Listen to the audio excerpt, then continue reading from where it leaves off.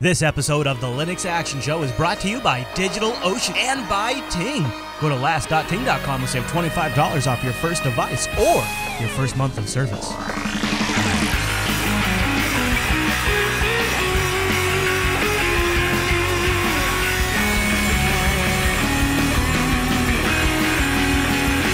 And welcome to the Linux Action Show, episode 339. My name is Chris. My name is Matt. Hey, Matt. Good morning to you. Good morning. Are you ready for me to tell folks about the huge show today? Huge. Yes. All right. It's big. Coming up on this week's episode of the Linux Action Show, not one guest, not two guests, but three guests will be joining us on the show today to discuss their efforts to make Linux look a lot better. And it's going to cover a lot of different angles. Folks from the Numix project will be joining us to talk about Numix, how it's spreading out from Linux onto Firefox OS, Ubuntu Touch, and Android, but also what their latest initiatives are for the Linux desktop, working with distributions, and a couple of major announcements. I don't even want to say what, because it's such a big announcement. I don't even want to spoil it. So they join us, and it's one of the great things about the Linux Action Show is eventually you'll hear about this stuff. It'll be written up. Lots of people will link to it. But you're going to hear about it here first, directly from the people that are working on it. Now, maybe their connections aren't the greatest, but you are getting firsthand information directly from the creators of some of these things. It's going to be so much fun. And then in the feedback segment, we're going to bring on Andrew, who's working on making GIMP look like it was actually invented in 2014. I met him at Ohio Linux Fest and talked about some of the things he's working on. I was so impressed with his initiatives and working with upstream projects and all of that, and designing all of it using open source tools and Linux software. We'll bring Andrew on, one of our Linux Action Show audience members, to discuss what he's been doing and how he's doing it. And then, of course, we've still got the news. A bunch of big things broke this week, our app picks, and more. Good stuff. Huge show today, Matt. So should we start with the picks? Let's go to the picks. That seems like a reasonable thing to do. Seems like a smart idea. Our runs Linux this week comes in from Green Dragon 2010, and he says Criminal Minds runs Linux. And this was such an awesome submission. A, because I love seeing Linux get some on-screen airtime. But B, I love it when the community works together to make it an even more kick-butt runs Linux. So he submitted a great screen cap of the Linux UI, totally a Linux UI, no question about it, right? And I would say, it's looking like Fedora to me. It felt like, as I looked upper left, upper right. That's my guess. That's a total guess, though. But then down in the comments, other folks found other pictures of it in Criminal Minds. JIO1960 submitted an actual video of it being revealed. Oh. This might get us pulled off of YouTube, but screw Google. It's so awesome to see Linux on TV. We'll turn it down a little bit and we'll play it, and hopefully they don't ban us, but watch closely. This is one of the best runs Linux I've ever seen on TV. First, we need you to look up the name James Colby Baylor and see if it shows up anywhere in the system. Now watch this, Matt. All right. Whoa. What is it? The system is insane. It's completely Linux-based. That does make it insane. Government systems, outside of, Switzerland. James Only Switzerland uses Oh, Linux. come on. Right, I get it. Chap. Okay, there we go. Yeah, but now this is something It's we totally need to talk insane, about. Matt. We need to talk about this Yeah, because 20 yeah. bucks says that they have Microsoft and or Apple sponsoring some aspect of their show. Maybe. It's unusual if they don't. Companies do it all the time. It seems like they actually use a fair amount of it in there, but as soon as that sponsorship money it's because comes in, it's a Switzerland thing. yeah.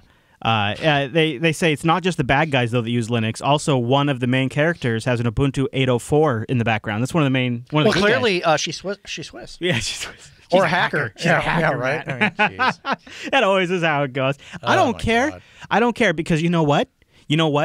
Seriously, that level of product placement, as quick as that was, would be $1 million. Oh, totally. That was $1 million product placement that it Linux was. just got. Really So was. at the end of the day, joke's on Microsoft. I don't care if they say it the Hacker OS. They said the name, Matt, and that's all I care about. If you want to watch the full clip, because you don't have to worry about getting pulled down from YouTube, we'll have it linked in the show notes. You can see him using that. What did he call it? A crazy system? Insane? That insane Linux This system? is insane. He's using this Linux. And, And I always, how come my Linux box doesn't have all those sound effects? When I do an LS in my terminal, it never makes those noises. I do not understand. Same reason why I can never get sound to work in space. It must be a Pulse Audio problem. Clearly. All right, Matt, I want to thank our first sponsor on the Linux Action Show. Great sponsor, and that's DigitalOcean. Go over to DigitalOcean.com right now. Why? Because it's boss level. You might have been playing around for a while, but now it's time to go boss level. And it's so easy to do it, and we can get you a great deal. In fact, remember our promo code SNAPNovember as I go on, because you're going to want to use it. So, what is DigitalOcean? Pfft, what a great question. DigitalOcean is simple cloud hosting dedicated to offering the most intuitive and easy way to spin up your own cloud server. Now, I know I just said cloud, and you might be one of those people that gets a rash when you hear the word cloud. But my friend, this is truly a legitimate use because you can transfer between global data centers, you have private networking, you can spin things up on your own, deploy applications, move them around, expand capacity on demand. If you're ever going to use the term cloud, this is where it's appropriate, and it can be your very own. And you can get started at $5 a month. Remember that promo code I told you about last November? You'll probably get started in about less than 55 seconds. And for $5 a month, you'll get 512 megabytes of RAM, a 20 gigabyte SSD, one CPU, and a terabyte of transfer. And I saw earlier this week somebody asked, can I run a WordPress install on... Oh, not only can you do it, you can do it with style. Yeah, and he's like, with low traffic, and I'm like, yes, you can give Linux some credit. This is what's so awesome about DigitalOcean. So, step one. They invested early on incredible hardware. SSDs throughout. When DigitalOcean came along, nobody was rolling out SSDs data center wide. It was crazy when they did it. But DigitalOcean did it first, and it pays off. Number two, they saw KVM, and they saw what potential it had way before many other providers saw that. This is huge, right? They're following these open source projects closely. Not only that, but they were also one of the first to recognize the potential of Docker and CoreOS. They're way ahead of everybody, and not by a little bit, right? By a big bit. I don't know if that's a real word, but it is now. It is now. And this is why one of the reasons I think it's incredible they've managed to take all of this and wrap it up with their easy-to-use dashboard. It's simple, and their control panel is intuitive. And you can even replicate the control panel on a larger scale with their straightforward API. And DigitalOcean has data center locations in New York, San Francisco, Singapore, Amsterdam, and London. So you can get that global reach if you want it. I now have droplets in data centers all over the world, just so that way I feel like a baller. And I have global redundancy. And DigitalOcean has been paying authors to write tutorials for their site. If you head over to their community section, you can find some of these. We also have a direct link in our show notes. And they're willing to pay you. So if you have something you're an expert on and you could write it up, you could earn up to $200. And they even have editors that will help you. So that would be useful for me. And they've gotten such a great response from you guys that they're hiring an editor position. That is so cool. Yeah. So if you think that might be for you, check it out. We'll have a link in the show notes. DigitalOcean.com. Use the promo code last November. Go build yourself an own cloud instance, a WordPress install. The holidays are coming up. And one of the things you could do, if you wanted to, is instead of posting all of your pictures up on Facebook or Google Plus or wherever you post them, maybe you could host your own instance up on a DigitalOcean droplet, and you can try it out for 2 months for absolutely free. That'll get you through the holidays last November when you check out. And a big thank you to DigitalOcean for sponsoring the Linux Action Show, and a big thank you to our audience for going to our sponsors and using our promo codes. And the great thing, too, about DigitalOcean is you can apply that last November code retroactively. So if you forgot to use that, go into your account and apply it to your balance, and you'll get that $10 credit, 2 months for yours. Whoop.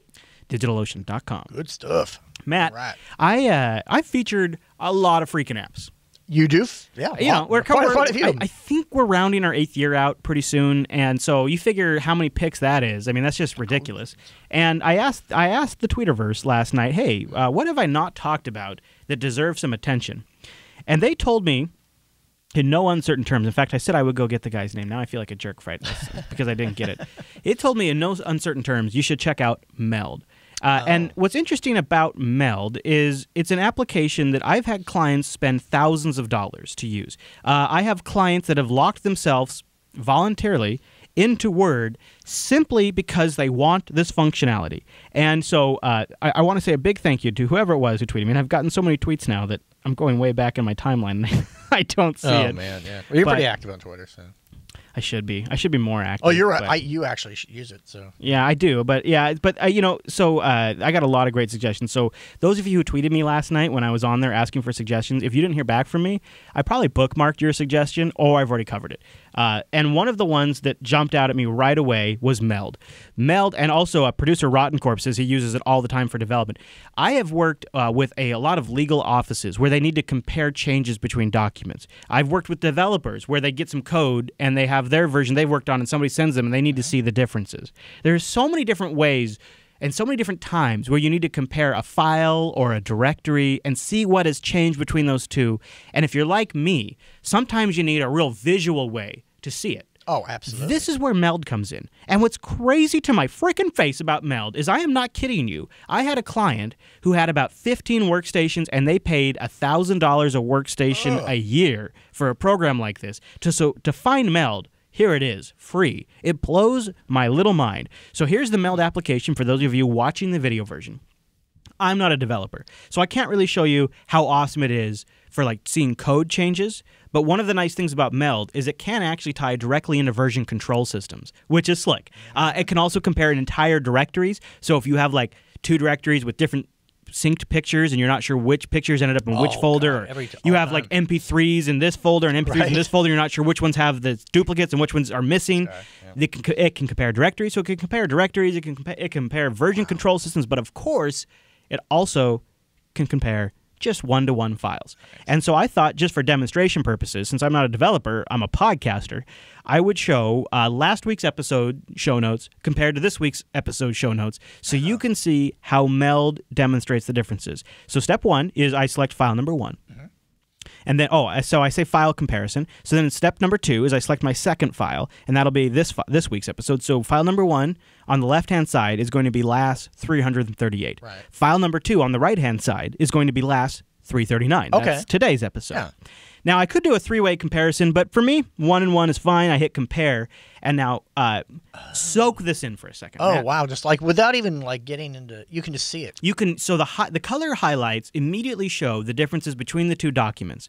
Different colors mean different things, and they can also show you where the change happened at. And if you notice, there's a little arrow here where I could take one of the changes from either side of the docs and send it over. Oh, I wanted this line, right? And so as I scroll through, you can see the areas that haven't changed. Like here's our segment category titles. Notice how they don't change in between the episodes, but all of the content in that segment, like here's the news, right? Amazing. You can see all of the changes between the 2 episodes in the news. That's how much, look at that. Isn't that nuts to see that? That is great. Here's the changes you made last night versus the changes from last week. Holy crap. Yeah. And the other thing that's really nice is along the side, you get a color sort of mini maps. You can jump right to that particular change there. So you can look at this block. You can send the differences between each other. It's such a neat way. And you know what? Just the other thing you can do is you can also have multiple files up at once. So here, I'll just, for funsies, I'll show you the directory. So here's one directory. I'll pick, let's say my documents folder, right? Second directory. Let's go into my Dropbox. Actually, this is probably more apt. Let's go inside my Dropbox and look at my Dropbox documents directory. There you go. So I've got my local file system documents folder that just came with my distribution in my home folder, and then I've got my documents folder that gets synced from Dropbox. Let's compare the 2. And so you go in here, and I can see there's a ton of differences between the 2, right? You can see where files are missing versus files that are there. It's really a nice visual way to see the differences. So again, it's called Meld. It's an open source diff tool, and it's just as good as some of the really, really expensive commercial tools that I've seen. Good stuff. And more, I think most importantly, you don't have to be a Vulcan to use it. That's true. You don't have to get into the whole mind meld thing. And I love how graphical it is, too. Meldmerge.org. Get Vulcan superpowers without actually being a Vulcan. That's true. That's true. Hey, kind of a neat thing we're launching. So you might notice I got my jacket here with the Linux Action Show logo on it, and underneath it, a special Jupiter Broadcasting prototype polo. You see that, Matt? Nice. I got a prototype polo because guess what? Very Guess snazzy. what? For the holidays, we're launching the Jupiter Broadcasting gift store. Oh, cool. And you can find it at jupiter.gift. That's the URL, jupiter.gift. And one of the things we've added, based on popular demand, is a polo shirt. So we now have a Jupiter Broadcasting polo. I'm wearing a prototype. This one, the logo's a little different. We have a kids shirt, we have a Tech Talk Today hoodie, and a Faux Show 200 hoodie. So you can find it at jupiter.gift. Head over there.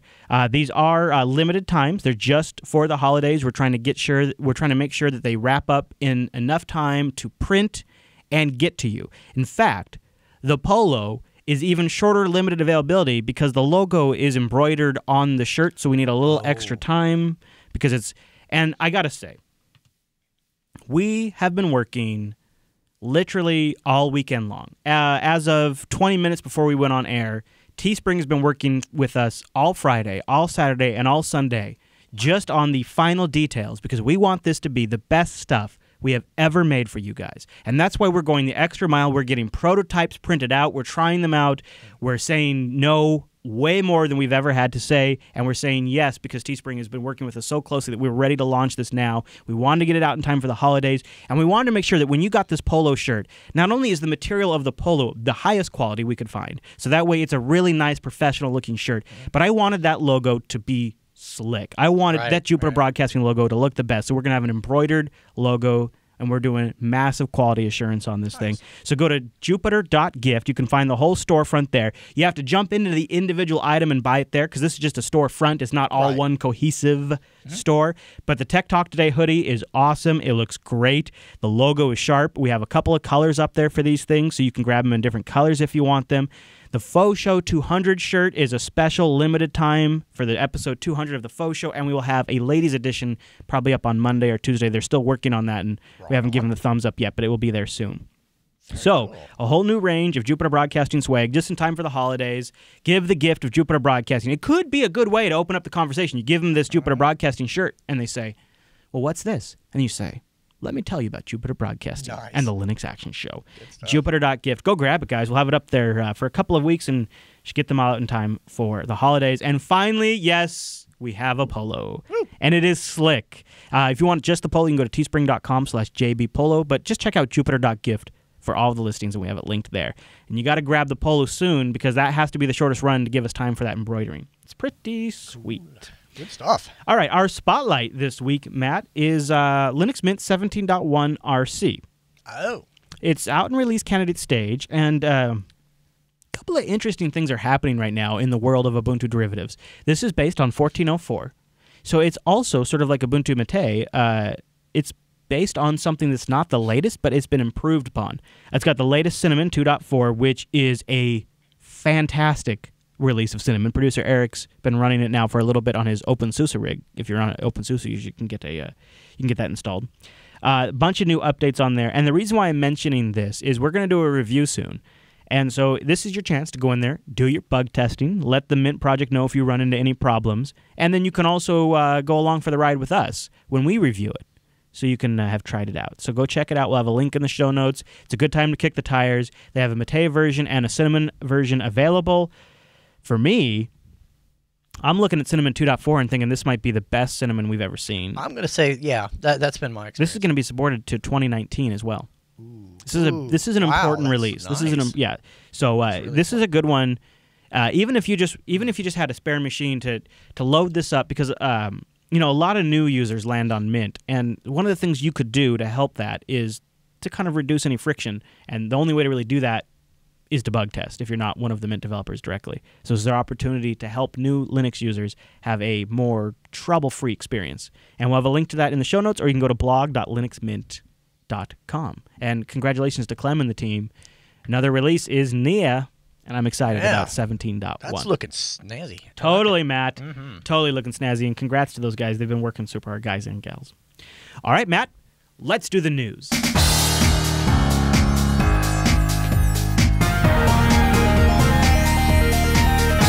Hey, it's the news, and this episode is brought to you by Ting.com. Matt, Ting is my mobile service provider. And hey, Matt, turns out your mobile service provider too. Last.ting.com is where you go to get started. You can rock a couple of devices. Bam. A Note device or a Nexus 5 device. They've got both of them over there. In fact, they've got some of the greatest Android devices on the market right now at Ting, and they're adding a few other big ones you've probably heard of very soon. Last.ting.com is where you go to get started. Las.ting.com. That'll give you $25 off your first device, and if you're going to bring a device to Ting, they'll give you a $25 credit, and it's pretty straightforward process. You go to last.ting.com and click on the BYOD link, and you get started from there. If you've never ported a cell phone using the web, you're about to. It's an incredible experience. You don't even have to call them. If you did, though, you'd call them at 1-855-TING-FTW, and a real person would answer the phone. That's right. They have no-hold customer service, and the actual first person that answers the phone is the last person you have to talk to. They know how to solve it. And you only pay for what you use. It's a flat $6 for the line. And then it's just your usage on top of that. They take your minutes, your messages, and your megabytes. They add them all up, whatever bucket you fall into, that's what you pay. It's $6. So I've got 3 lines right now. It's easy. And I manage it all with their dashboard. I can deactivate a line when I don't need it. Every plan has hotspot, tethering, caller ID, picture, everything. It's got it all. Why wouldn't they? Ting is awesome like that. And you'll discover it as you switch, too. You might not even believe it at first. You might think it's almost impossible. But they're a different kind of mobile carrier, and that's their differentiator. And also, I think the thing I love about Ting is I think they're a little bit geeky. They are crazy geeky, and they really dig Android. I like that, too. They do. And that's why Kyra's here once again with another app pick for us. So, Kyra, take it Never away. pay for another cell phone minute again. I'm Kyra, and this is Ting's App of the Week. All right. Go, Kyra. Save me money. Using the Hangouts dialer, you can call anywhere in the US and Canada without using voice minutes. If you're on Wi-Fi, and with a pay-for-what-you-use provider like Ting, you won't pay a cent for any of these calls. Hangouts is Google's cross-platform messaging client, similar to Skype and WhatsApp. The Hangouts dialer, Google's most recent update, adds a third section to your Hangouts app. Here you can place a call to any number in Canada or the US using your internet connection, not your voice minutes. Around Wi-Fi? Make sure you're connected, then forget about it. You can talk for hours and you won't spend a dime. Keep in mind that all outbound calls will come from an unknown number, and not your local phone number. The Hangouts dialer is completely free and is the easiest way to save some extra cash. Pick it up now on Google Play and in the App Store. For more app reviews, unboxings, and other mobile-related videos, make sure to subscribe to Ting. Last.ting.com. And I was chatting with Mail Hauler in our chat room. He's got the whole family on Ting. That's so cool. He's driving all over the place. He says the savings is great, and the best part is Ting has a great referral system too. So if you've heard some of the things I've said about Ting, all you have to do is just go repeat all of those things to somebody else, and they'll credit you your bill if they sign up. It's a great system, and you could keep just basically having free cell phones and a free cell phone service. And if you combine that with Kyra's tip there for free voice calls, which is awesome, by the way, that the mobile carrier's like, oh, hey, guys, want to save on your mobile minutes and never have to pay for mobile usage? Yeah, just do this. Like, how cool is that? That is just brilliant. It's awesome. It's brilliant. Last.ting.com to get started. Go over there. You know what? Get yourself an Nexus 5. It's almost the holidays. Just do it. Do it. All right. First news story this week. Super excited. Ubuntu MATE 14.04 released, and you probably heard about it on Linux Unplugged. We had a live deployment on Linux Unplugged. Wimpy did it right there on the show, walked us through the process. So cool. You've got to check it out. I've got it loaded up right here on my rig, and I wanted to show you a couple of things that are new about it and really great. So here it is under VirtualBox. Of course, being the MATE version, it runs like a champ. You know what? I'm going to be crazy. I'm going to do it. I'm going to do it. I'm going to do it. So remind me, Matt, it's right control to get out of full screen. All right, so there we go. Full screen. Couple of things new. So this is based on Ubuntu 14.04, not 14.10, not 15.04. No. Good old, tried and true 14.04, supported until 2019 LTS. How much sense does that make when you have the MATE desktop, that's sort of that classic GNOME 2 look with years of support? This is a super low resources, stable long-term desktop, and they've added a couple of things that are actually improvements from the version based on 14.10. First one I want to show you that I like a lot. I'm really glad to see this showed up. They've ported the Mint menu. Now it's called Mate menu. That is awesome. We all love the Mint menu, right? So now this has been brought right over. It's one of the best menus out there. I think it's great. The other thing they've brought over, which is really nice, is they now are calling it Mate Tweak. It was Mint Tweak. It's now Mate Tweak, and it allows you to adjust certain things like where icons show up on the desktop. So I could turn off my home if I wanted to and put the computer icon on there. Change a few interface things, window borders and stuff like that. Very nice little tool. They've included a few other small improvements as well as a general bunch of fixes. What did I say it was, Matt? Right control. Yeah, it's right. It's right control. I got it. Yep, look at me remembering. Yep. Huh? I haven't used Virtual Punch Box enough to. Yes. I'm not a fan. A couple other things I like. They replaced Totem with VLC. I just think that's a better move, and their community voted on that, so they did that. They've also brought in a whole bunch of fixes from Debian.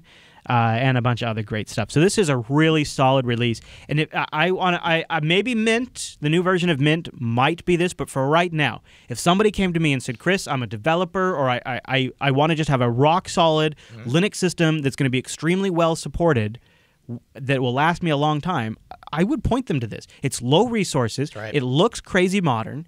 It performs incredible. It's supported until 2019, and the people that are working behind it are rock solid. So from end to end, this is it's so funny.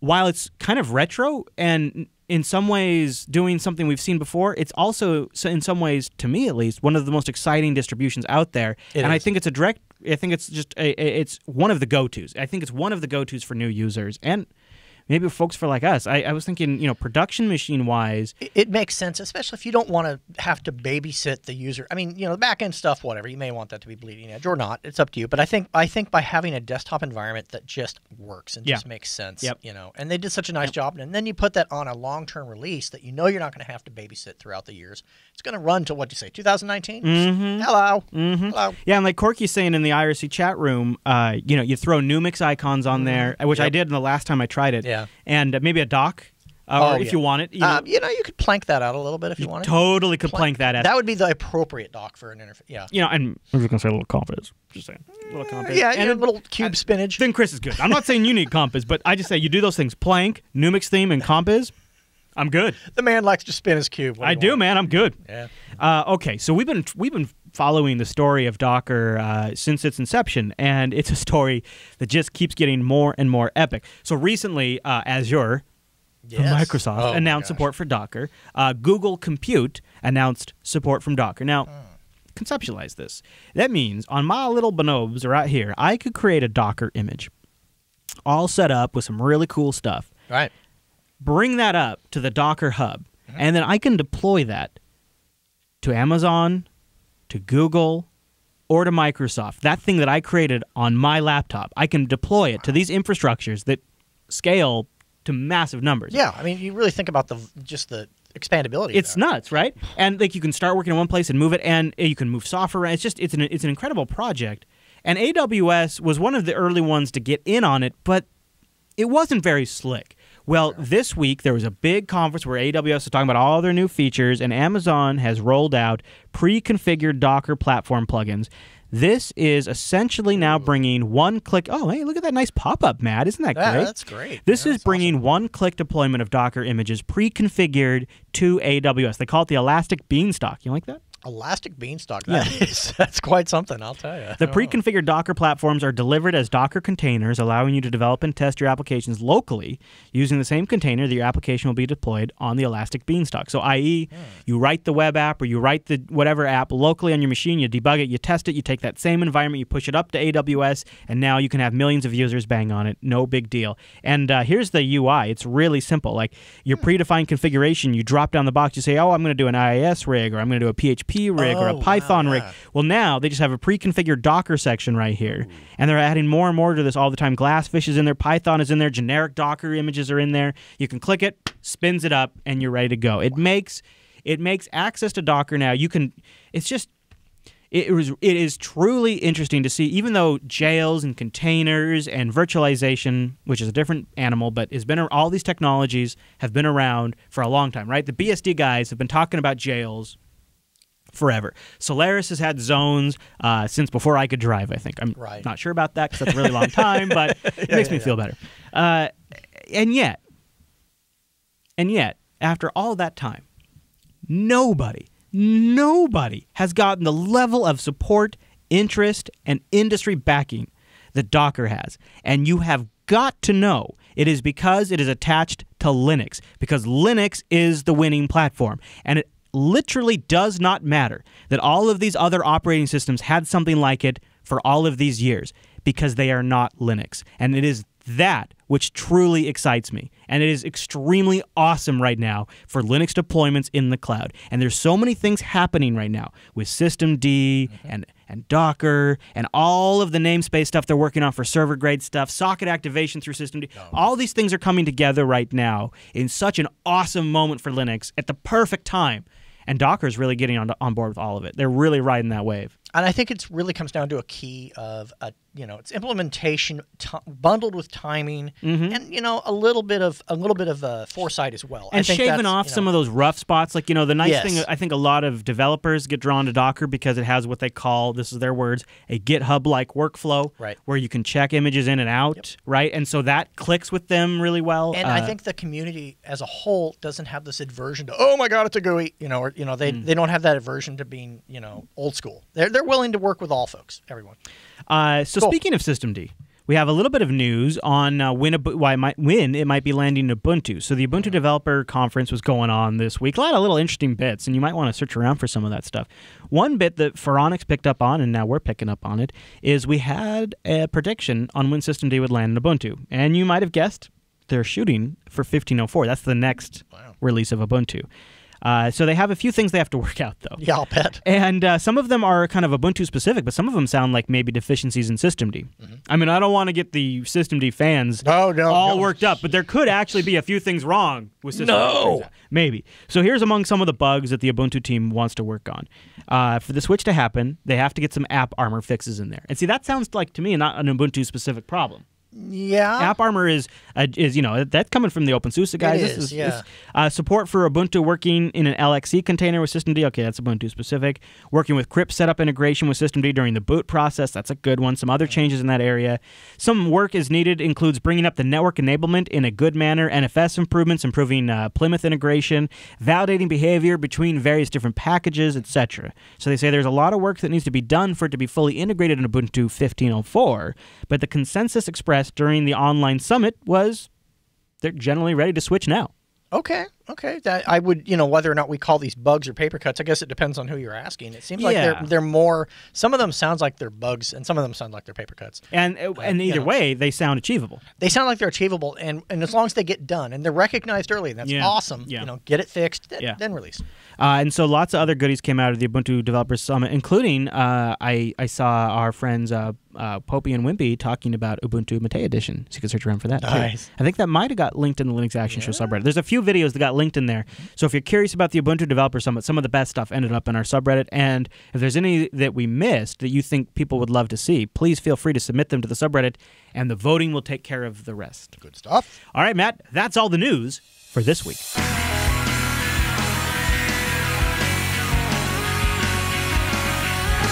All right, well, coming up in the show, we're going to talk with two guests who are working on some really awesome things. Of course, you probably remember our first guest. He's been on the show before from the Numix project, and he's going to give us an update there and some of the new things they're working on. We also have another guest who's going to talk about something pretty special. But before we get to all of that, I want to thank our segment sponsor, System76. Head over to System76.com. Check out that new website. I know, isn't that great? It Super looks great. good. I was just like, boy, that's really popping. Let's not kid ourselves. Oh, yeah, and by the way, the layout. They really on mobile. It's crazy fast. That was their reason for switching that up too, was also to get more into the mobile space. Look they at that. found And like 30% of their visitors. Here's what I love is they just updated the new Leopard Extreme, my favorite rig, really, because I'm a media guy. And when you scroll down here, it just keeps on giving you all the goodness. That's cool, right? The 3D spinning computer, and it's real. Those are real machines. They're not CG renders, which I love about that. And I love the new logo too. It looks so good. And you scroll down, you get all of the hardware. It's really slick. System76.com creates computers built to run Linux, and they just announced lifetime support.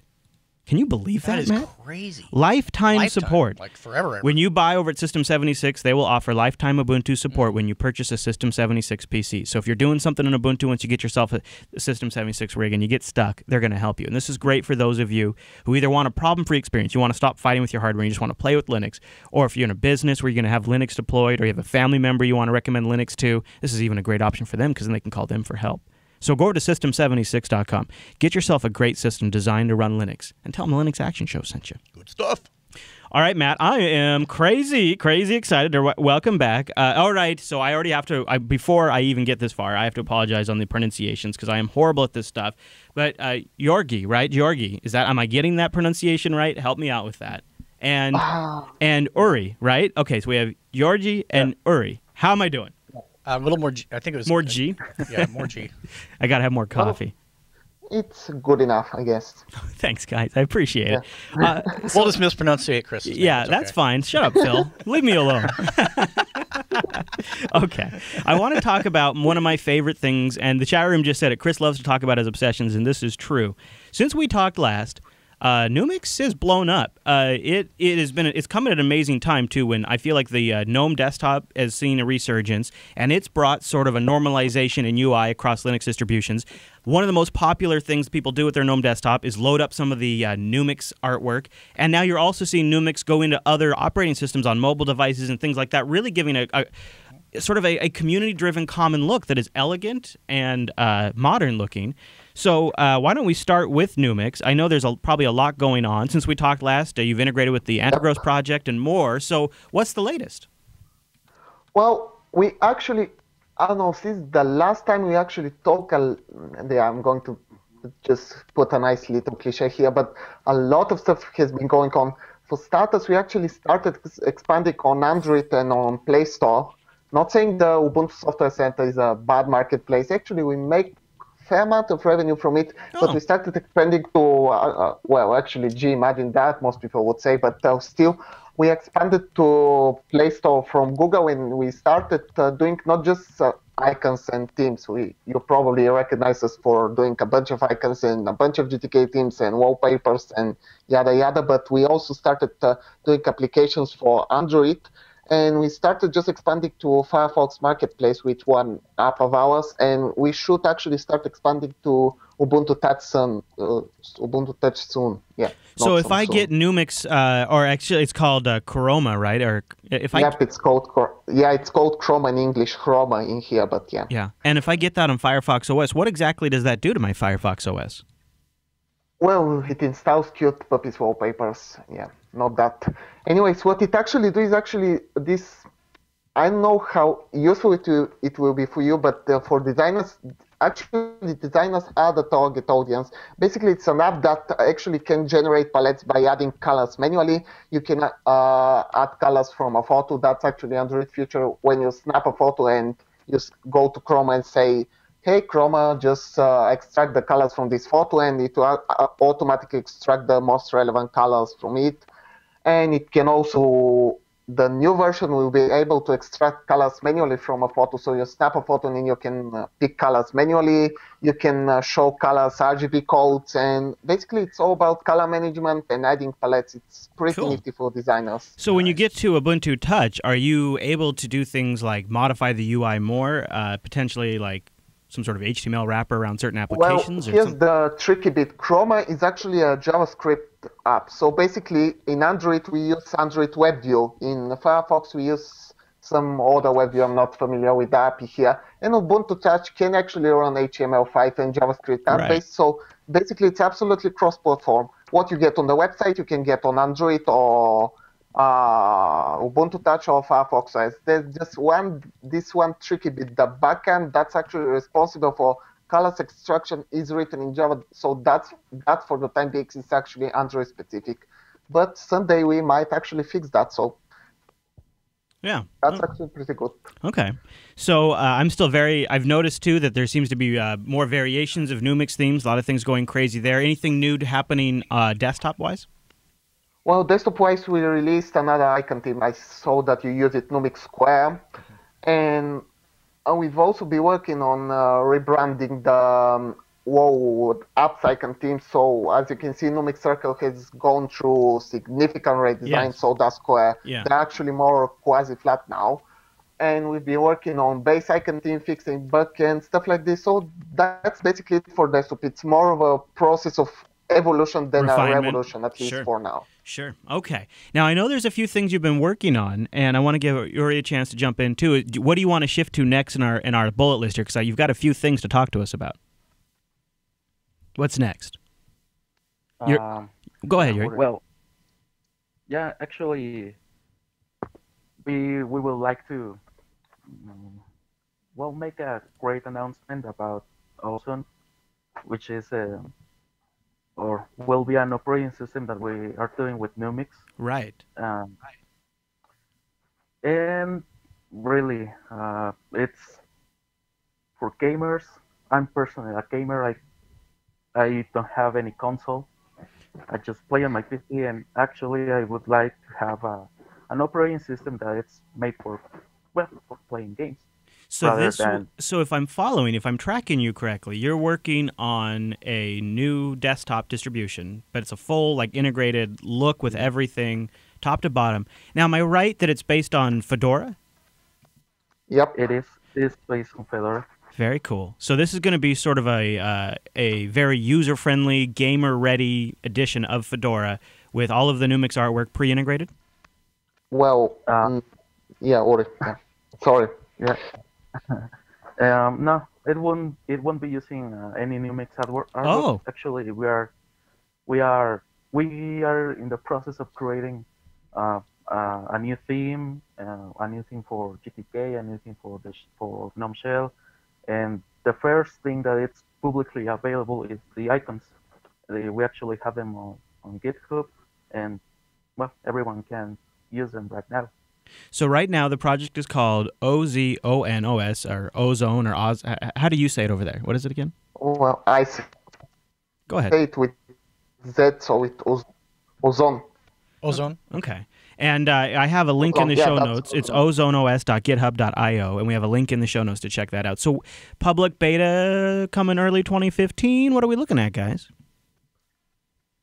Well, the beta, we are just waiting to develop a little bit more the GNOME shell extensions that we are using, Okay. which are called Atom, and they are also hosted on the GitHub repository. Okay. Oh.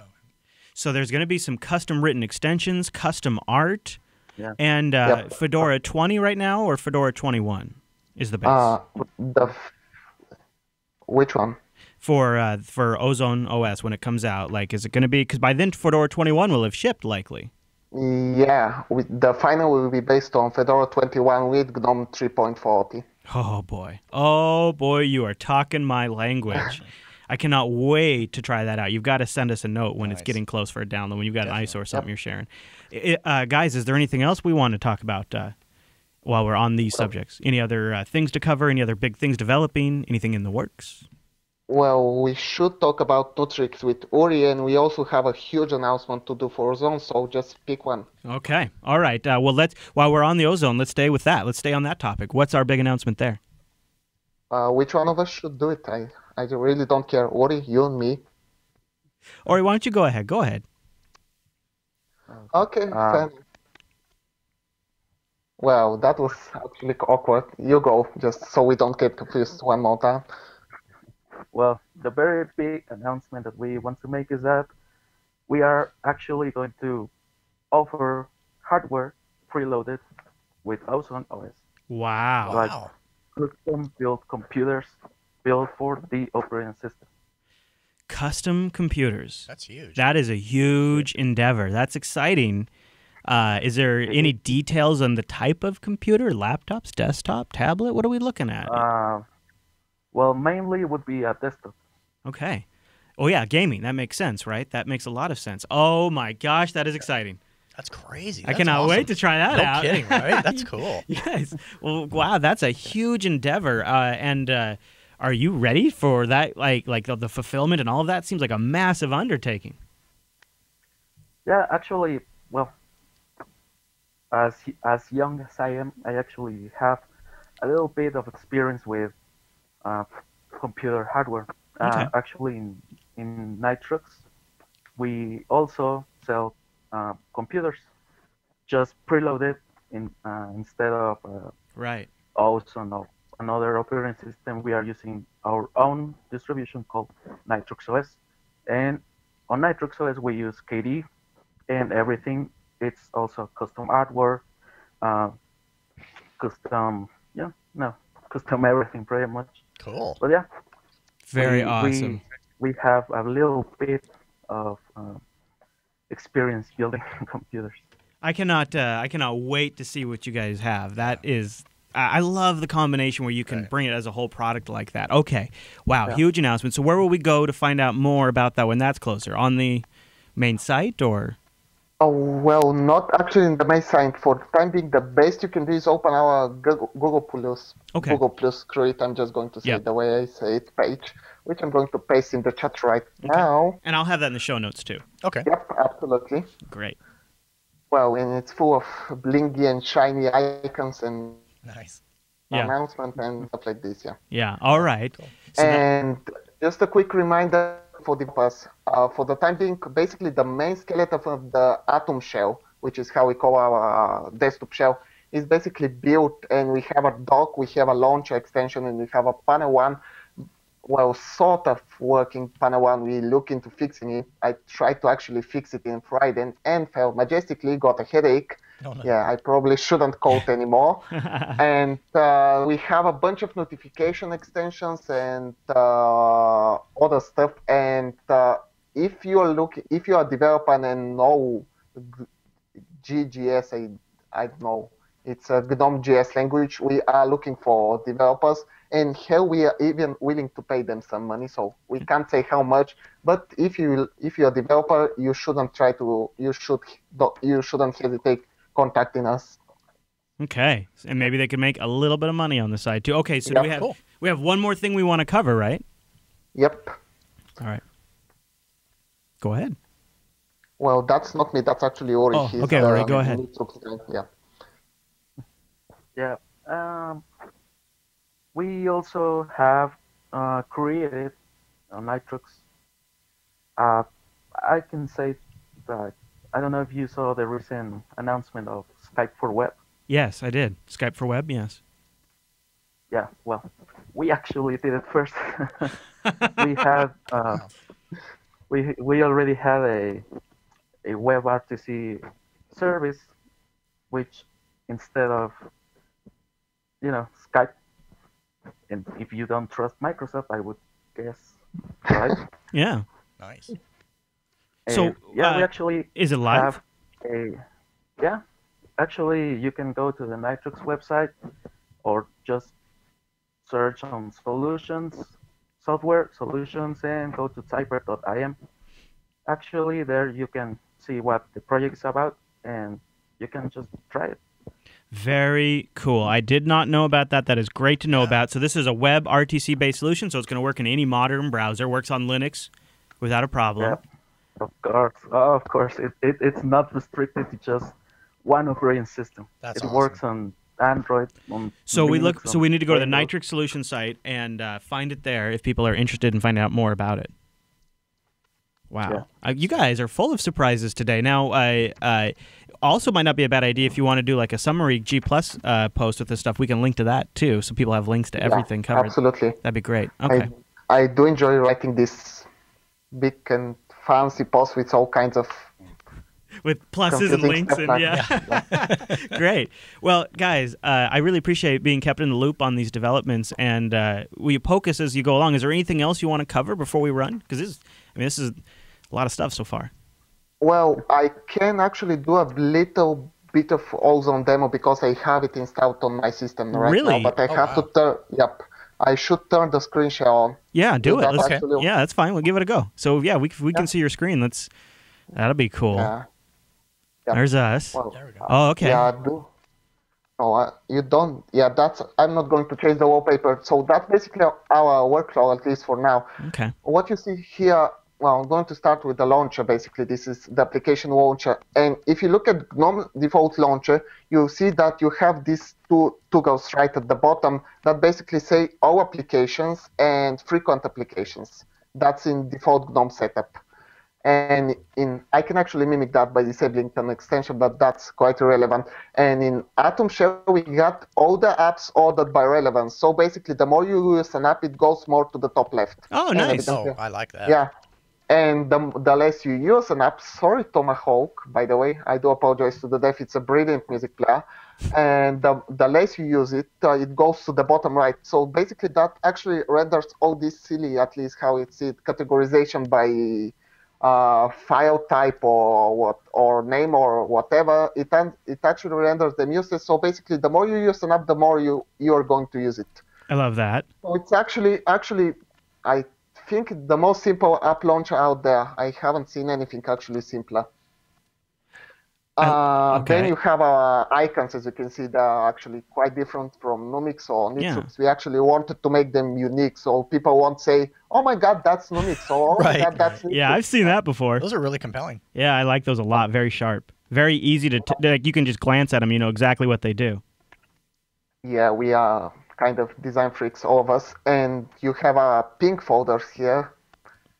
Yeah, because there are like 60 million colors on our display, and we're not going to use just one accent color. Right. And on the bottom, you have the dock, which is basically pretty much like a Planck dock out of the box, and it has this feature when you actually it hides, auto hides, very nice. Yeah. Yeah, it's actually Intel hiding, because our auto hiding would mean it will always be hidden unless you go there. Right. Yeah, it's intelligent hiding more like. Yeah.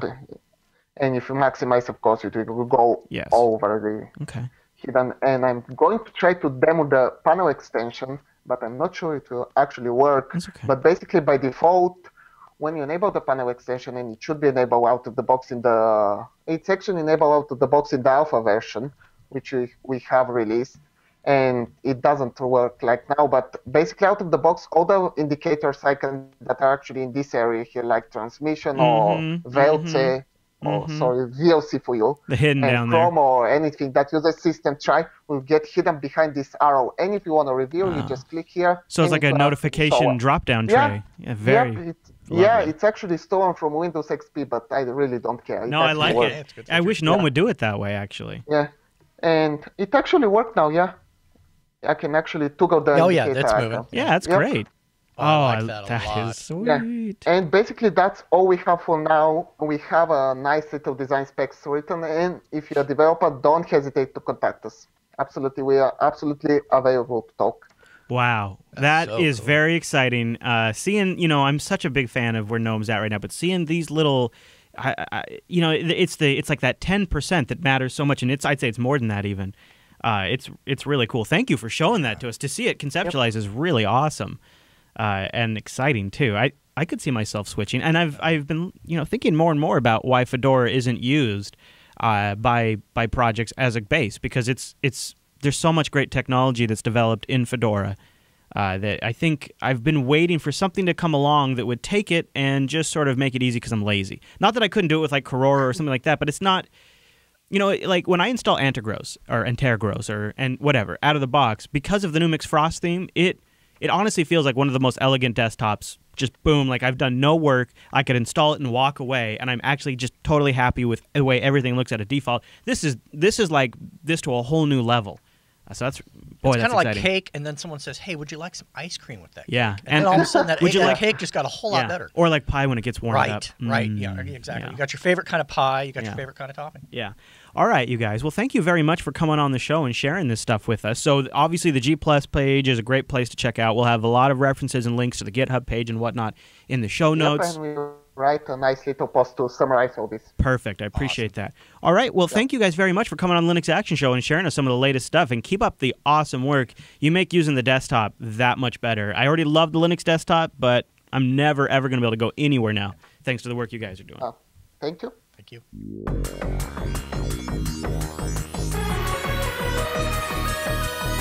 And that brings us to the end of this week's broadcast. But, Matt. Yes.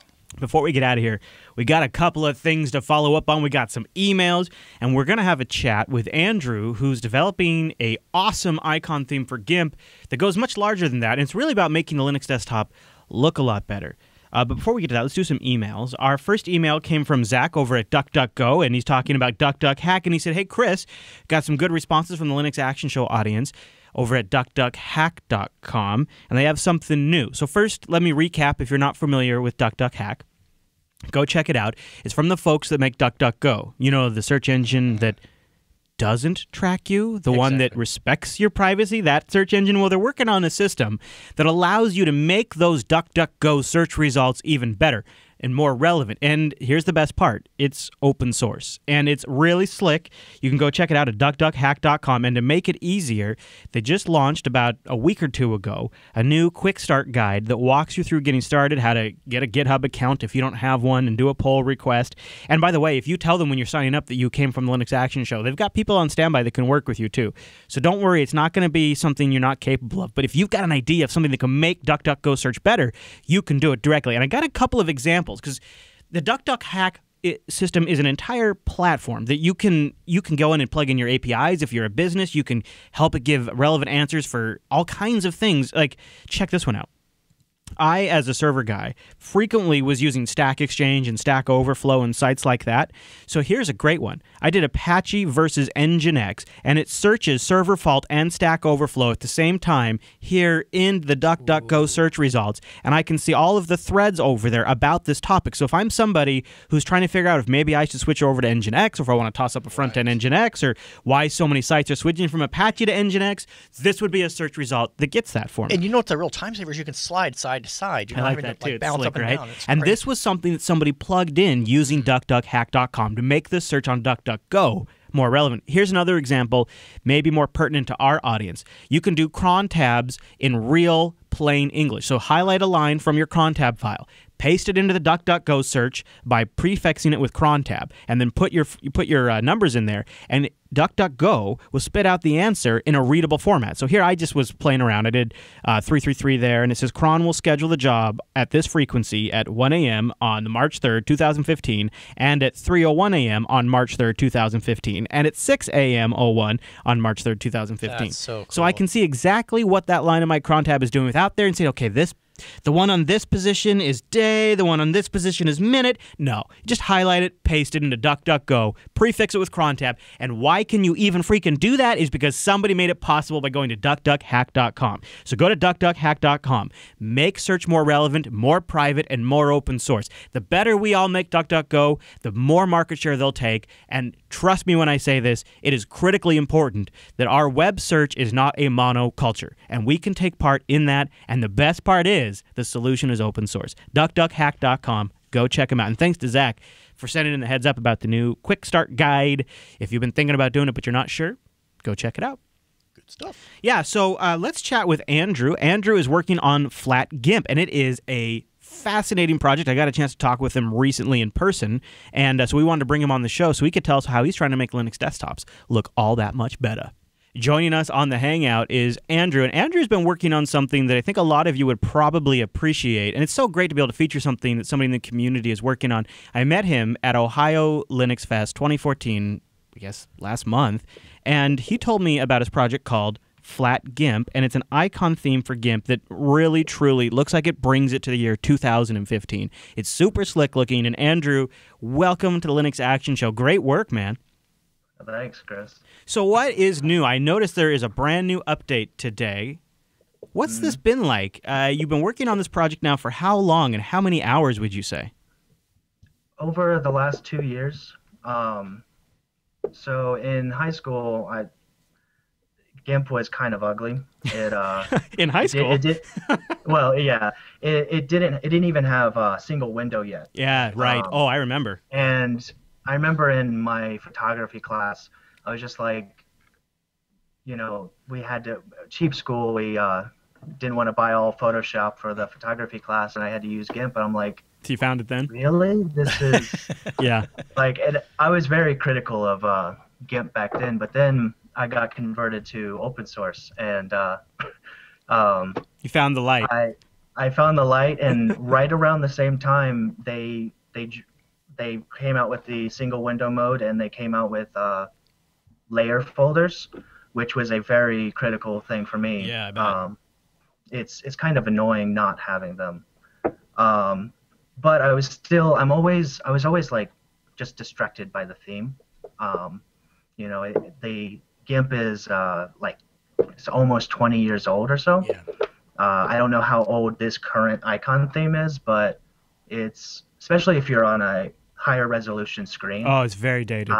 It's just, yeah. Andrew, my mom is a graphics editor by profession. She lives literally like her entire workday in Photoshop. And I noticed one time when I was looking at her machine, she has the most boring gray monochrome theme on her computer. She has a gray monochrome background. I said, Mom, why don't you put something gorgeous on this huge screen you have? And she said when she's looking at it, she doesn't want things grabbing her eye and distracting her. And it's funny that you mentioned the thing about the GIMP theme, because when I tried to, a long time ago, convince her to try out GIMP, she kept saying it was so ugly that it was distracting her. Like it was taking her attention away from her project. And that's exactly, I would be working on something, and then I'd be looking at some icon and be like, that could be done better. Right. So that's where Flat GIMP came along. Yeah. About 2 years ago, I found I had looked for themes, but nobody was making themes. But I finally found there was a theme called D-Pixel, or I think it was. It's on in the description on my DeviantArt. I attribute some people who have helped me. It was the first theme I've ever seen that actually replaced some of the icons, and he replaced just the toolbar, and I was like, this is awesome. And I immediately like dropped everything and started working on my own theme. I could do that. Yeah. Yeah. Totally. Yeah. So I know that one. So for the last 2 years, I've been creating icons, working with GTK. I've never worked with it, So I was just kind of like taking themes and like just mashing them together, and at first it was kind of a wreck. Hey man, you gotta start somewhere. They're called learning experiences. It's all good. Yeah. I didn't have any like design guidelines, so I kind of just made icons. Oh yeah. I would take icons from this open source. I was on the LibreOffice design team for a little bit, and I took some icons from that thing, and I traced some icons over here, traced a lot of the GIMP. So yeah, it was kind of tough. But I actually just I completely rewrote the theme just recently. You got so far, and you're like, I could do this better. I could do it differently. Yeah. Yeah. I kind of just rushed into it, and I didn't put a lot of thought into it. No design thought, no object-oriented programming thought into it. So I decided to rewrite it, and it's now way more memory efficient. So there are 8 themes that come with it. There's darker, dark, light, and lighter. Yeah, I like it a lot. Those are the background colors, because not everyone likes the light background. I prefer darker. Mm-hmm. And then some people on DeviantArt was like, "Hey, can you make a smaller theme?" And I was like, "Yeah." So I rescaled everything down. So now there are the smaller variants. But the problem was, so the darker icons use, or the darker themes use light icons, and the light themes use dark icons. Each theme had its own copy of the icons. So I actually, when I went to the, when I just updated the theme, I went down from 4 megabytes to a megabyte. Wow. Oh, that's a big difference. So now there is one set of icons for all 8 themes. So I wanted to talk to you a little bit about the process of designing art for a Linux desktop application. Are you designing this art using open source tools? Are you doing it in GIMP itself or Inkscape? How are you doing any actual hand drawing? How is all of that working under Linux? So the original GIMP theme, the icons were made in GIMP, I believe. They're all was it raster bitmap images. Okay. And so I decided to go with Inkscape, make beautiful, crisp icons. Doesn't matter what scale it's at, it looks good.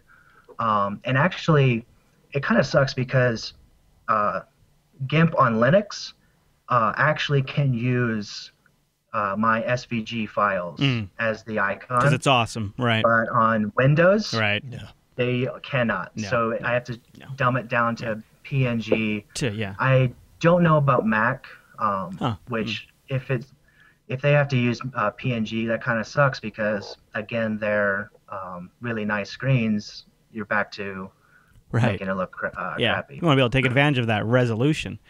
Yeah, I can't remember specifically. I think I did draw maybe one of them, a couple of them, but for the most part, I just was in Inkscape with the pen tool and just very cool doing that. Use a Wacom tablet.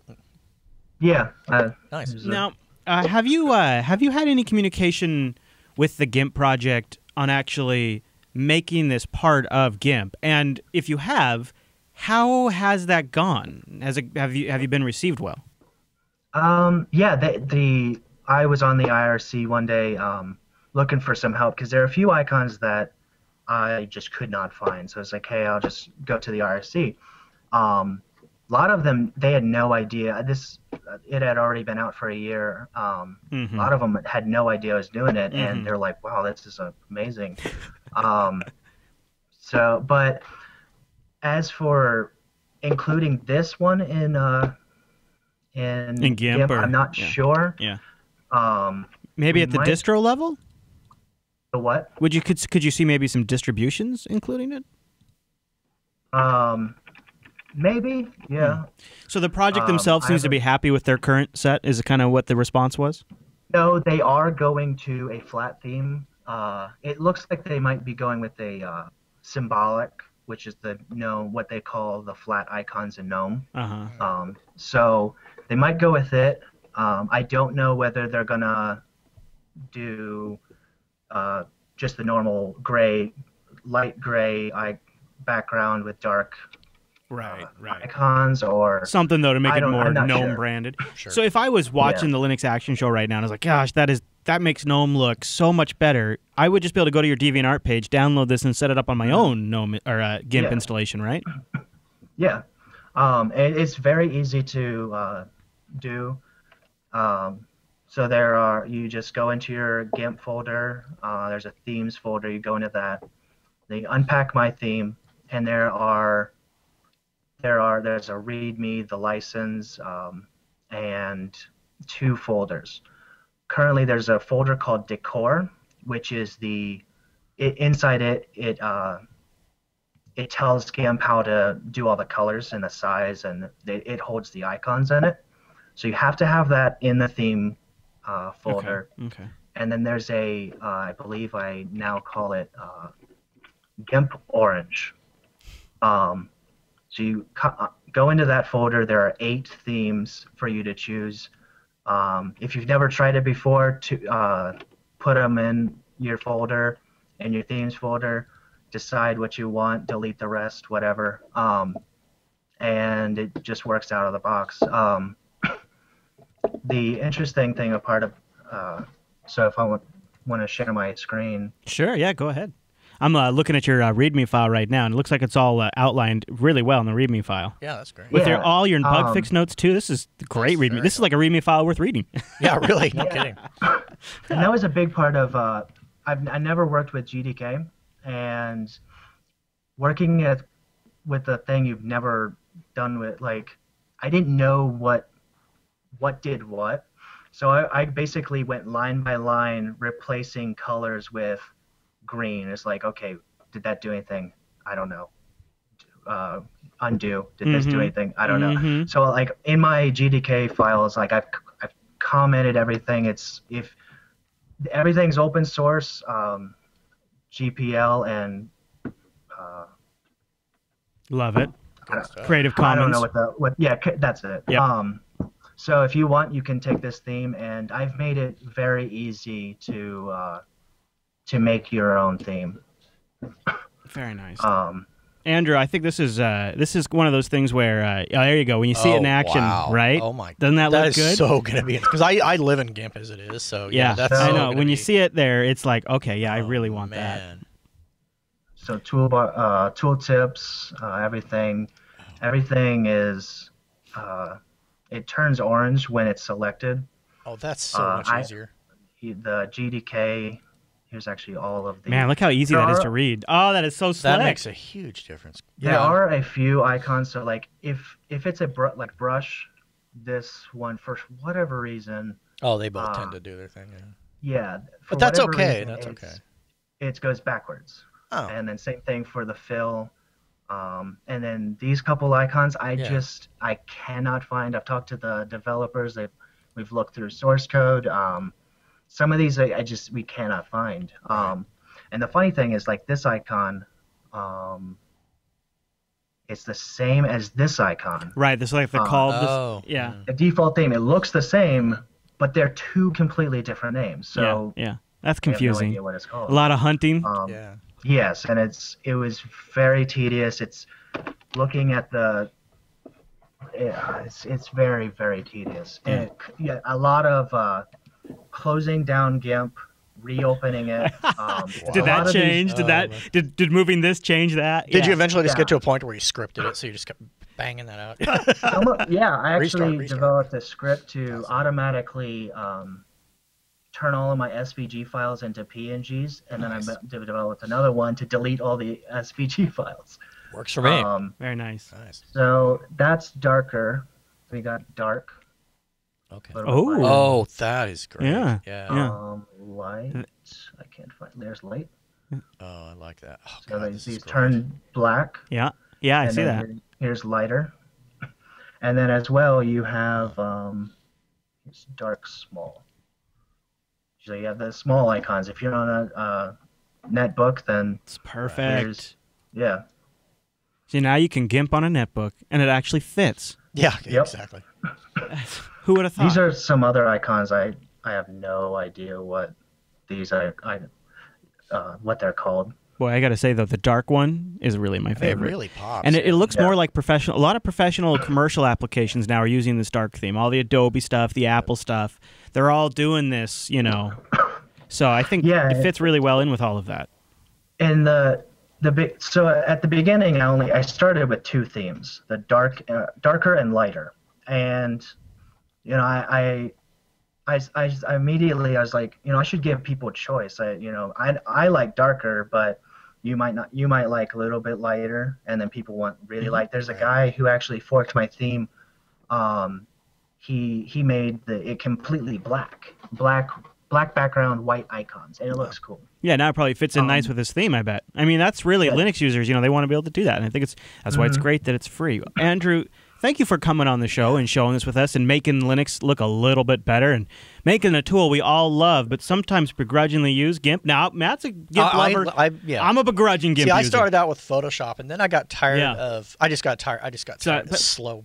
You know what, Matt? I'm putting this on there. Yeah. Now, every time I'm opening up GIMP, I'm excited. Yeah, It's I mean, great. because I do. I use GIMP daily, and it is embarrassing to look at the icons. This is really nice. Yeah. I like it. So, Andrew, thanks for coming on the show and sharing this with us. And keep us updated. We'll have links to your DeviantArt page and your Twitter profile because, rumor has it, Andrew may in the future be doing some GIMP tutorial videos. If he gets around to doing that, his Twitter page would be the place to follow to find out when those go up. So we'll have a link to that in the show notes as well. Andrew, is there anything else you wanted to mention before we go? No, that's about it. All right. I am actually. I've planned. So I'm coming out with a lot more themes. I did a count just a minute ago. I have 56 different themes now. Holy cow, that is awesome. So Nice. one of the complaints was I really liked how the icons change depending on what state you're in. Mm-hmm. But some people didn't like that. Oh. So it's like, okay, so I made a theme that if you don't like it, you can use this theme, and it just uses dark icons. Some people wanted it to be blue. Well, some people wanted it to be purple. So I've created a lot of themes to accommodate that. And You're a soldier, Andrew. Well, I'm a bit insane, but it was great, too, gonna be- catching up with you at Ohio Linux Fest. So that was fun, too. And so I'll be following you and seeing what you're working on, and best of luck to you. Thanks again to Andrew for coming on the show. Matt, I had a question for the audience that I hope doesn't get me too much heat. All right. Now, it's not like I'm saying I'm about to buy a MacBook here. I'm not saying that. But I'll tell you, I'm sitting here at this table, right? And it's kind of a tight space. We got a lot of stuff on this table. It's very it's Maybe limited. you know what I should do? You have a limited amount of. Hold real on, let me estate. bring up the just for demonstration purposes. HTML5 cam. I'll activate the HTML5 drone cam. Boom. Right there, powered by HTML5. All right, so those of you watching the video version, you're getting a drone cam view of the Linux Action Show, Action Studio, Action Headquarters, HQ Action Soda. in the Pacific Northwest at JB1 Studios. That's what this table is called, right? It's kind of a long name. And one of the things you'll notice is this bonobo takes up a lot of room. Yes. And I've also been kind of a little sad because this is my gaming rig and I don't have it at home. Oh, no. Because it's always here in the studio. Geez, yeah. So I was thinking. But I want to ask the audience if this is crazy and if they've tried it. And I really want to know. I don't want to know if you've heard it works. I want to know it works and you've used it for days, okay? But I cannot believe I'm about to say this, but then I realized the Surface 3, if it ran Linux, would be. Oh, that's not insane. Yeah, I know nothing about it, but I can see where you're going. Because look at you got the. Because so first of all, I wouldn't use their keyboard, right? I would use a wireless. That'd be a. But like, look at the room, because all of the stuff that's in the Bonobo rig would be in the screen, and it would take up so much less room here on the table. So you're saying for those that are kind of like what? So you're saying take the gaming rig home to do some gaming. Yeah. Get yourself some little space. Okay. So I maybe. So but the thing is, get it out of this if room. If the answer is no, it runs Linux horribly, or yes, Linux goes on there, but you don't have HDMI out, or yes, Linux goes on there, but Bluetooth and Wi-Fi suck. No deal, because it has to be able to run Arch Linux. Now, I talked to a guy on Thursday or Friday who is running GNOME 3 and Arch Linux on a Surface Pro 3. So I know it is absolutely possible, but I want it. I don't want it to be half-arsed, right? I want it to be. It'll never be as good as my Bonobo, but I want it to be. I don't know. I'm considering it because it could go so well right here. I'd have to cover it with stickers and cover all the logos and up. it would be running Linux. I think some of you in the chat room are missing that point. It's I don't know. Linux. I don't know if I could bring myself to do it. Yeah, but then I think because about I played with some of I think it was Surface 1 or 2. I don't remember some of the early ones were just and I'm gankalicious. And I always am so unhappy with any Microsoft thing that I get that I would probably not be happy. But I just look at this and I think if all of this took just where the screen is at, that would be a lot of room. Yeah, no, it would. It would. I'm just. Yeah, I know. I don't know. And at that price point, it's like, okay. I know. I mean, it's not like it's amazing. You're kind of talking me out of it. Tell you the truth. I think you're talking me out of it. I mean, I get where you're going with it. Yeah. You got to use the tool; it works for the job. Because the other thing I was thinking is like maybe getting a System 76 rig under the table and a screen, but then I got a monitor right here, and that's not so good either. So I don't know, Matt. Either way, I'd like to hear the audience's feedback. Go to linuxactionshow.reddit.com. Have you tried it with the Surface Pro 3? I think I'm like 70% not going to do it, but like if we got a whole bunch of people who's like, no, Chris, it's amazing, it runs great, I'd be like. And they had an accompanying YouTube video showing it running. That would be nice. That would be a little more believable for me. Leave your comment in the feedback thread over at linuxactionshow.reddit.com. One quick note before we get all done with the emails. Ken wrote in from Hacker Public Radio, and he says, "Hi all, I just want to make sure everyone is invited to participate in the New Year's show. It's the 4th annual show, and it's going to be enabled by Hacker Public Radio volunteers. It's put on for the benefit of Floss Tech Security podcast community in general. They congratulate each 40 time zones on entering 2015. They start in Samoa. Samoa? Okay. I think. They say they'll let follow podcasters on, but they also just want general folks from the community. They're going to be doing it through a Mumble room, and you can join that. I have information in the email that's linked in the show notes if you might want to go. They're going to have like lightning rounds and Q&As, and it's sort of like everyone's invited, a nonstop podcast mania, 26-hour show. So they need lots of people to show up, and it's the 4th year they've done it. That's crazy. Yeah, so Ken wanted to get the word out, and so if anybody in our audience would be interested, you can find a link with the email in the show notes that has all the relevant information, like the Mumble Room and stuff like that.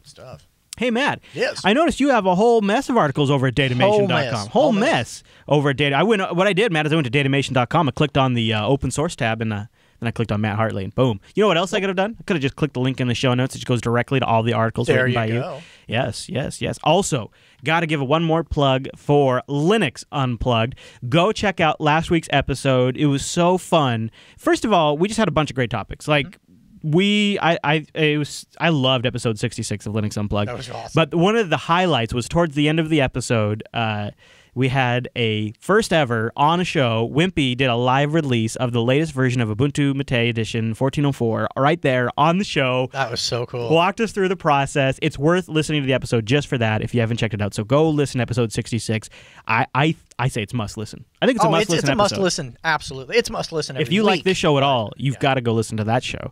And also, I know it's a topic that is not exactly Linux related, but it's one that our audience cares a lot about. Episode 122 of Unfilter did a super deep dive into net neutrality. I don't like to brag, but I think it's probably one of the best discussions on the topic you will hear for a while. We covered it from all the different standpoints, including relevant media clips. We went and got research on what actually Title II is and what Title II means, and what some of the disadvantages of Title II are and what some of the positives are. It was a really in-depth conversation around net neutrality, and it's episode 122 of Unfilter. It starts towards the beginning of the show, so if you don't care about any of the other stuff, you don't have to listen to that. It is a long show, but the net neutrality stuff is right at the beginning. Good stuff, and I think it's something that if you enjoy using the internet, you might want to check that out. You might care if you like downloading like things like podcasts. Yeah, you might care. Unless you like the buffering thing, that's kind of cool. Yeah, we did that. It's crazy. It's that buffering stuff. Yeah. They should get Scale Engine. There you go. Yeah. All right, last couple of bits before we run. We'd like to get your feedback. Go over to jupiterbroadcasting.com. You click that contact link and you choose Linux Action Show from the drop-down. Boom. Nope.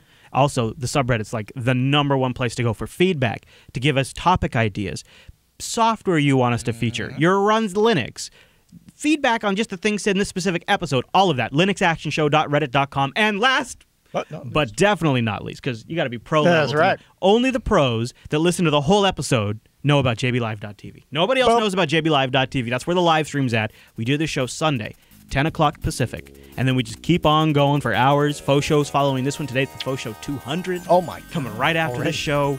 JBLive.tv, JupiterBroadcasting.com/calendar. Converts that S to your local time. Woo. Pro level. Right? Pro level. We take care of you. We take care of you.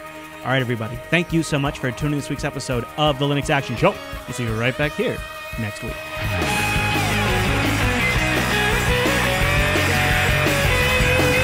Anybody else know of a LCD monitor that has like a kickstand?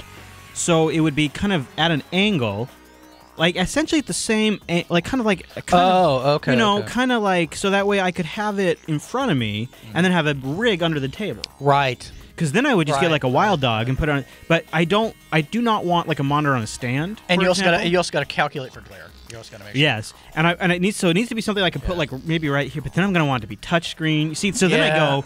So this was funny enough. This was my line of thinking. Is I was thinking getting a monitor that and then I could slide it up, and then I was like, oh, wouldn't it be nice if it was a touchscreen and I could scroll? Whatever. And then I'm like, oh, well, maybe I should get a Surface. Because when you start like putting all that stuff together, it's like I could use a touch screen. It'd be nice if the monitor had a stand. It'd be nice if I could adjust it a little bit. And then I start thinking to myself, well, if I want something with touch, and and then I could take, and then the next thought was, oh, well, then I could take this home with me, and then I'd actually be able to have my Bonobo at home instead of having to use a freaking Chromebook at home. And then I was like, oh, okay. All right, maybe this would be the way to go. And so that's where I came up with the Surface idea. Is like, well, I could keep the Surface. So, ironically, so you probably don't think of it like this, but the computer that sits in the studio gets the least amount of use. So the Surface would be my least used computer. It would. So I was thinking like that's why it would make sense to have it here. So kind of the bullet point breakdown is Surface, Linux on Surface, out of the way, positioned properly, 4 shows, left here when you're not here. Or a badass, fairly high enough resolution. 1080p would be perfect or higher. 1080p is actually kind of nice. Screen right here on a monitor mount with bonus points if it's touch enabled. Captain's log. Stardate 2155786666715. The Romulans have beamed in a replacement for Matt. I believe his real name is Phil, and he's a Romulan spy. Green-blooded bastard. Yeah, I would never be able to get logged into anything. He's like a Vulcan with more ridges. That is for damn sure. Isn't it kind of ironic that like in modern, like later day Romulans have like the V ridged foreheads, and which like you think the V would kind of go better with a Vulcan. I'm just saying, just saying.